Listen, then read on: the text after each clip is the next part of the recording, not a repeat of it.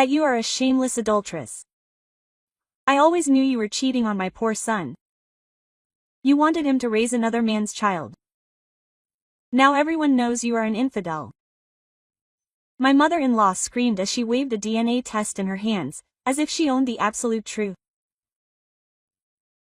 I took a deep breath and with a sarcastic smile, I replied, "It seems that age has left you blind. That DNA test is." Before I could finish, my father-in-law entered the room. What he did next changed everything, and my mother-in-law, who was once full of certainties, soon regretted it bitterly. Welcome to the Deserved Revenge channel. If you are enjoying this story, subscribe to the channel and like the video to learn about the next stories. My name is Sophia, I am 32 years old and I run my own architecture firm. I do not come from a wealthy family, but I have achieved everything with great effort. I graduated with honors, I have a master's degree and I have built a solid career. It was during one of my projects that I met Lucas, my current husband, and I thought I had found complete happiness, but I did not know that with him would also come Carmen, the mother-in-law who would make my life a living hell. Carmen has always had an unhealthy obsession with control. When Lucas announced our engagement, he didn't hesitate to try to destroy me. He began spreading rumors that I was having an affair with my best friend, an absurd lie that he invented based on the fact that we have been friends since childhood. Family women don't need to work, she used to tell me, trying to humiliate me for having a career.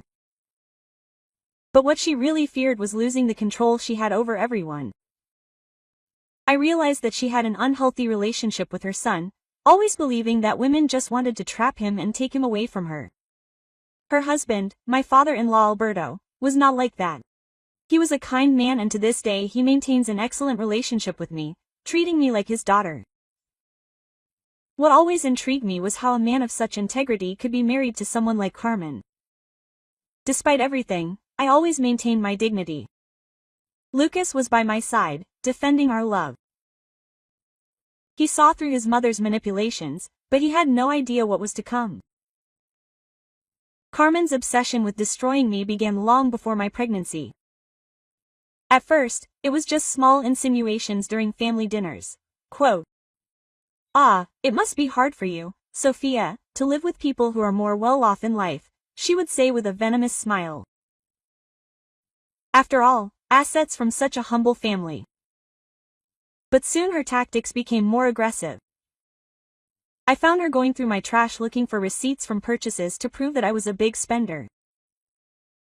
She even went so far as to hire a private detective to investigate my past, but he obviously found nothing incriminating. On our wedding anniversary, she put on a memorable show. She presented Lucas with a prenuptial agreement already drafted, saying it was just a precaution. When he refused to sign it, Carmen had a hysterical fit, threw the cake on the floor, and stormed out screaming that I was stealing from her son.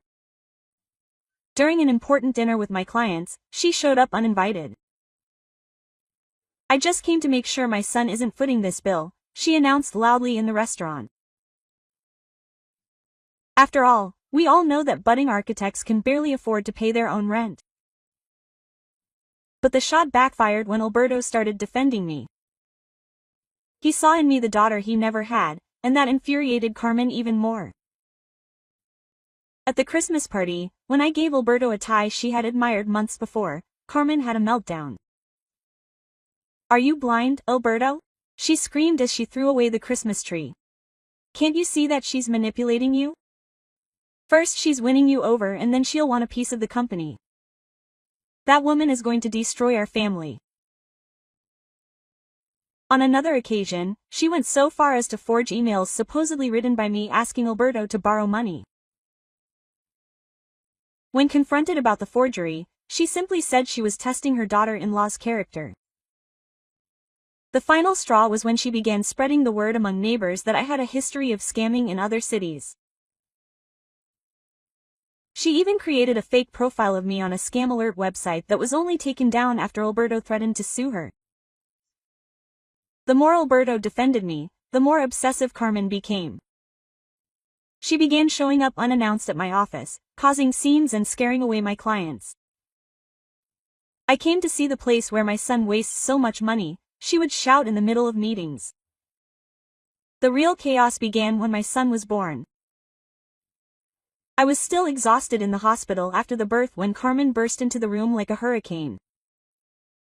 Without even greeting me, she took the baby out of the crib and examined him as if he were a defective product. "This baby can't be my son," she proclaimed loudly, making sure everyone in the hallway could hear her. "Look at him, Alberto. He looks nothing like Lucas did when he was a baby. He's too white to be our family."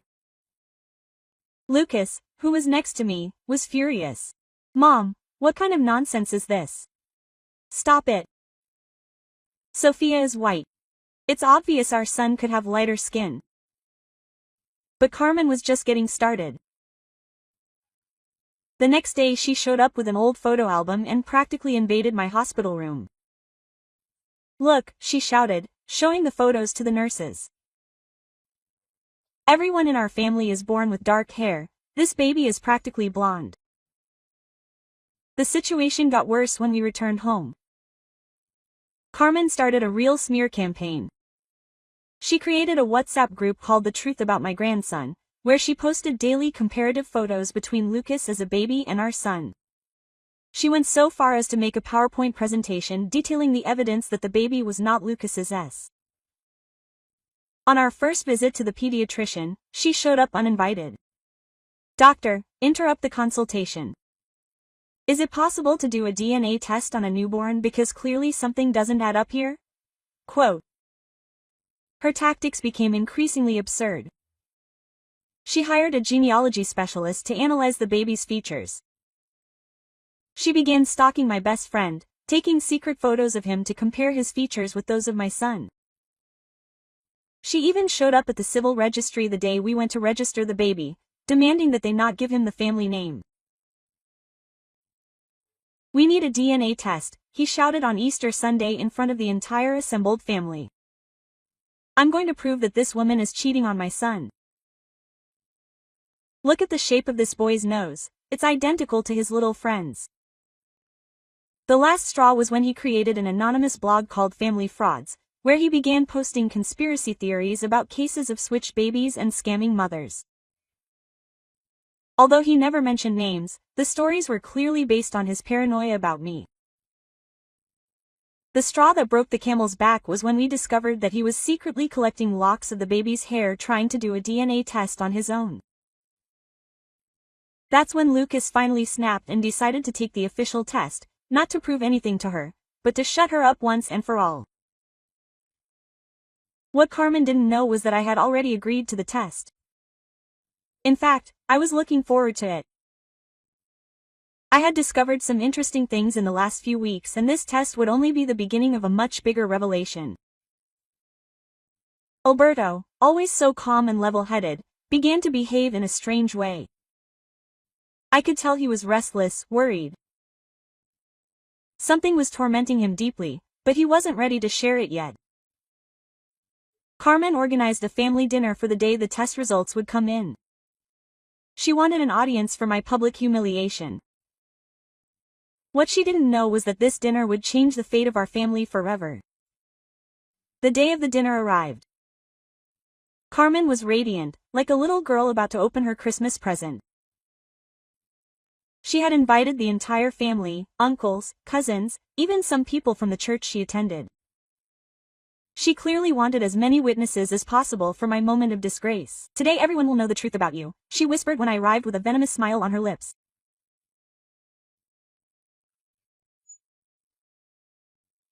The table was set for 20 people. Carmen had prepared her famous Sunday roast, the one she only made on special occasions. The aroma filled the house, but the atmosphere was thick with tension. Alberto was fidgeting, playing with the food without really tasting it. Lucas held my hand under the table, trying to give me confidence. Our baby slept peacefully in his stroller off to one side. Well, now that everyone was done eating, Carmen stood up, holding an envelope like it was a trophy. "I have an important announcement to make. Her voice was laced with fake concern as she continued. As you all know, we've had some concerns about my grandson, so as a precaution we've done a DNA test. The guests looked at each other uncomfortably. Some already seemed to regret coming. And here it is, she exclaimed, waving the envelope. The evidence that will unmask this one. She shot me a look of contempt. This con artist. In her haste and excitement, Carmen didn't even notice that there were two identical envelopes on the table. In her eagerness to humiliate me, she grabbed the wrong envelope. I watched silently as she opened the envelope, fingers shaking with excitement. Her triumphant smile began to fade as her eyes scanned the document. No, this can't be right, she murmured, her face draining of color. That's when Alberto finally spoke in a surprisingly steady voice. Maybe you should read the results out loud, Carmen. I was right, Carmen suddenly shouted, regaining her composure and forcing a triumphant smile. The results show that there is no compatibility. She began to dance with joy, waving the document like a victory flag. Or do you see it? I always knew. This woman deceived my son. Alberto's face turned pale while Lucas trembled beside me. Carmen, in her euphoria, did not notice his reactions. Look, Jose is not the father of this woman's child. He is not my grandson. He is the son of a stranger and Sophia is trying to pass him off as her own. Oh, my poor Lucas. I tried to warn you, but no one listened. Carmen. Alberto interrupted her in a serious voice. Did you read the result correctly? Of course I read it. Here it is.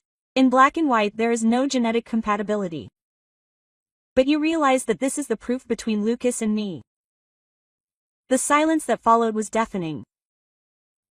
The guests held their breath. Carmen read the document again.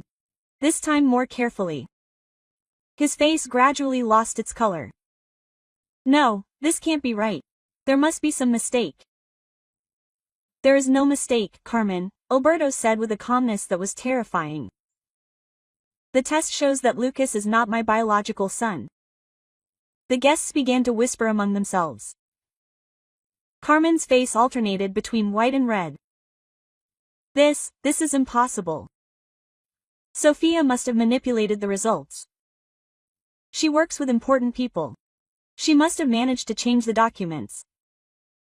That's when Lucas, who up until that moment had been in society state, picked up the other envelope from the table. Mom, here's the test between my son and me, Lucas said in a cold voice I'd never heard him say before. And you know what it shows? That he's my son. He has my blood in him. Carmen Z leaned against the table.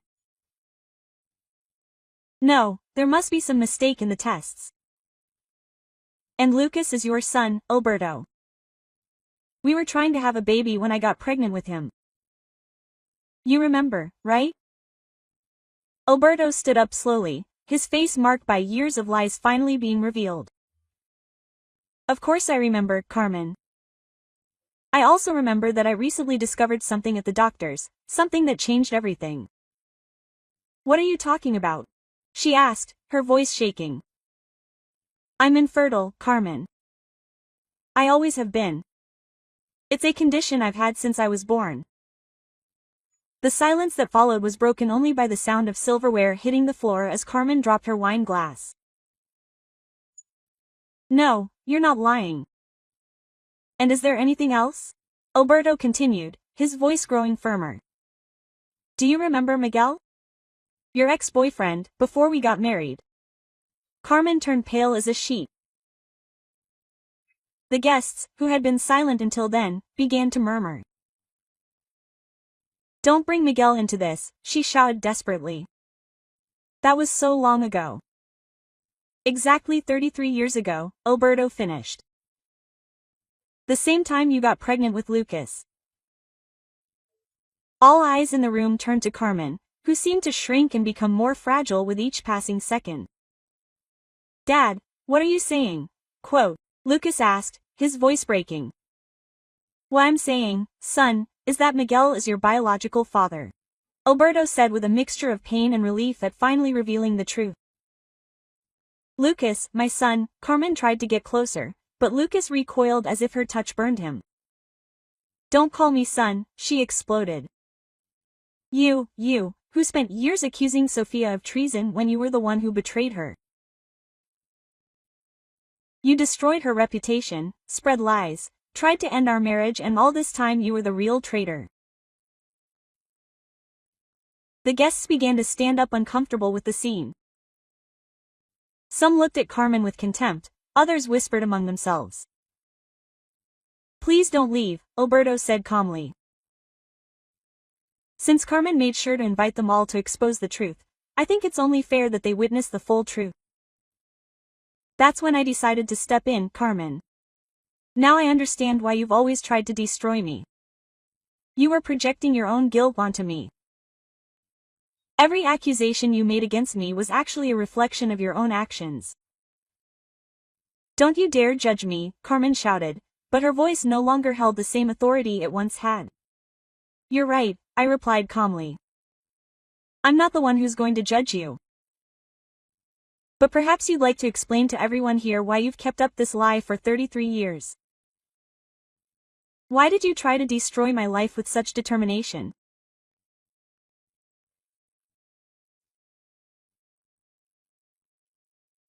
The room fell into a heavy silence. All eyes were fixed on Carmen, waiting for her response. You don't understand, Carmen shouted, now crying uncontrollably. You're saying all this to protect our family. Protect, Alberto. She laughed bitterly. Do you want to lie for 3 decades? Protection? Quote. That's when Lucas, still shaking with anger, pulled out his briefcase and threw some documents on the table. Dad, is there anything else you need to know? He said in a cold voice. While we were investigating the DNA, I discovered some interesting things about Mom's finances. Carmen froze. What are you talking about? Alberto asked. Monthly transfers, Lucas replied, spreading bank statements across the table. Over 30 years, large sums of money had been transferred to an account in the Cayman Islands, an account in Miguel's name. Carmen's face, already pale, became practically transparent. But that's not all. I continued to pull another envelope from my bag. As I investigated the transfers, I found regular payments to an orphanage inside. Payments that began long before you met Alberto. Carmen stumbled, clutching the table. No, don't open that. 3 children. Carmen, I said, reading the documents. 3 babies that you gave up for adoption before you met Alberto. You paid to keep that a secret too, didn't you? Oh my God, Alberto whispered in horror. That's why you were always against adoption when I suggested it. I was young, Carmen cried out in desperation. I couldn't raise them. Miguel didn't want to know anything about the first 2, and the third that Mom, Lucas asked, his voice shaking. It was from another man, Carmen murmured, defeated. You didn't just lie about Lucas, Alberto said, flipping through the documents with trembling hands, but you stole from me for 3 decades to support your mistress and hide your other children. Millions of dollars, he whispered, looking at the total amount of the transfers. You diverted $5 million to buy silence.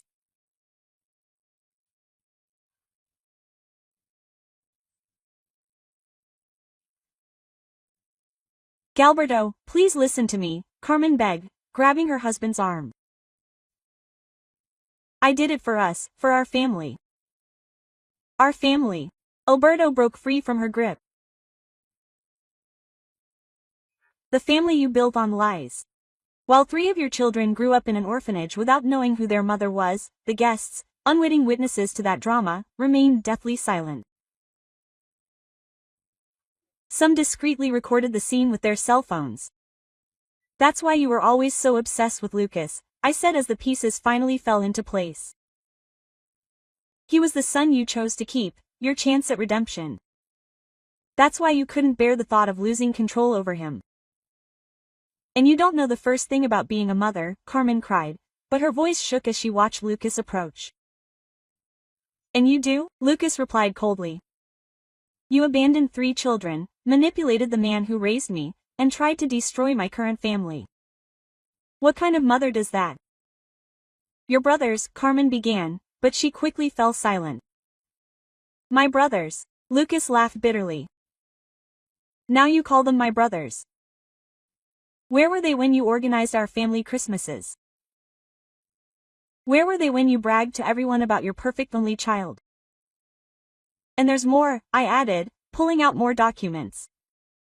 I discovered why you truly hated my career so much, Carmen. It wasn't just about control.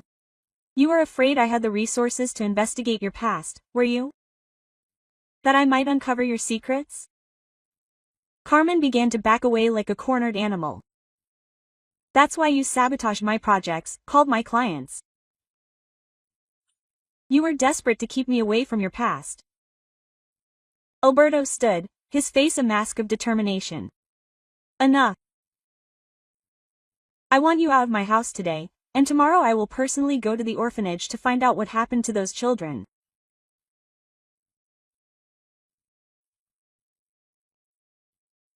No, you can't do that, Carmen shouted, now completely out of her mind. They can't know. No one can know. Know what? Alberto asked with a frightening calm. How perfect, Mrs. Carmen, who judged everyone with her false morals, abandoned 3 children. What did she pay to hide her past with money she stole from me? The documents show that the last baby was given up for adoption just 2 months before you met Alberto. I added, you planned everything, didn't you? You looked for a successful man, you pretended to be the perfect wife. This house is mine too. He tried desperately to change the subject. It really isn't, Alberto replied coldly. The house belonged to my father. I inherited it before we got married, and thanks to the prenuptial agreement you signed so carelessly 30 years ago, you have no right to any of this. Carmen slumped into a chair as her world visibly fell apart. As for the divorce, Alberto continued, I've already spoken to my lawyers. Marital fraud, embezzlement. And now we find out that you have 3 children that you never mentioned during our marriage process. You won't see a single cent. Where am I going to go? She asked in a small voice. How about looking for your other children? Lucas suggested bitterly. Maybe they'll accept the mother who never wanted to meet them. The guests began to leave, many making sure to walk past Carmen to show her their contempt. I hope she's satisfied, I said as I cooed at my son. You planned this dinner to humiliate me, but you ended up exposing your entire life of lies. It's been a year since that dinner that changed everything. Life has a funny way of bringing truths to light, no matter how buried they are. Carmen lost everything in the divorce. Her house, her social status, her fake friends, the money she embezzled had to be returned, and now she faces legal proceedings for fraud. Today she works as a cashier at a supermarket on the outskirts of the city, sharing a small apartment with a coworker. But the real blow came 3 months after that dinner. Alberto, keeping his promise, investigated the whereabouts of Carmen's other children. We discovered that all 3 of them, 2 boys and a girl, were adopted by the same family. They grew up together, loved and happy, never imagining the truth behind their abandonment. Most surprisingly, Carmen's eldest daughter is a well-known prosecutor specializing in financial fraud cases. Ironically, she was assigned to prosecute her own biological mother, unaware that they were related by blood. Lucas decided not to contact his half-siblings. They have a real family, he said. I will not disturb their lives with the story of a mother who chose to abandon them. Alberto and Lucas continue in therapy, strengthening their bond even more. As Lucas always says, a father is the one who raises, who loves, who is present, and in that you never failed. My career took off after the sabotage stopped. I opened my 3rd architectural firm and now employ more than 30 people. Alberto is my biggest motivator and the most dedicated grandfather my son could have. Last month, Carmen tried to show up at our house. She was unrecognizable, thin, aged, with completely white hair. "Please," she begged. "Let me see my grandson, he's all I have left." Lucas stared at her and replied, "No, Mom. You had 4 children and you chose to abandon 3 of them. I'm not going to let you do the same to my son when you get tired of him." Quote. "We closed the door and went back to our lives, a life without lies, without manipulation, without dark secrets. Sometimes when I see my son playing with Alberto, I think of Carmen's other 3 children. Maybe they're happier without knowing the truth. Maybe some doors should remain closed. As they say, the truth always comes to light, and when it does, it asks permission, it simply destroys everything that was built on lies." Thank you for listening to the story so far. Now I would love to know what you think about this story. Leave me your comment below, share your impressions and opinions, subscribe to the channel and like the video to find out about future stories.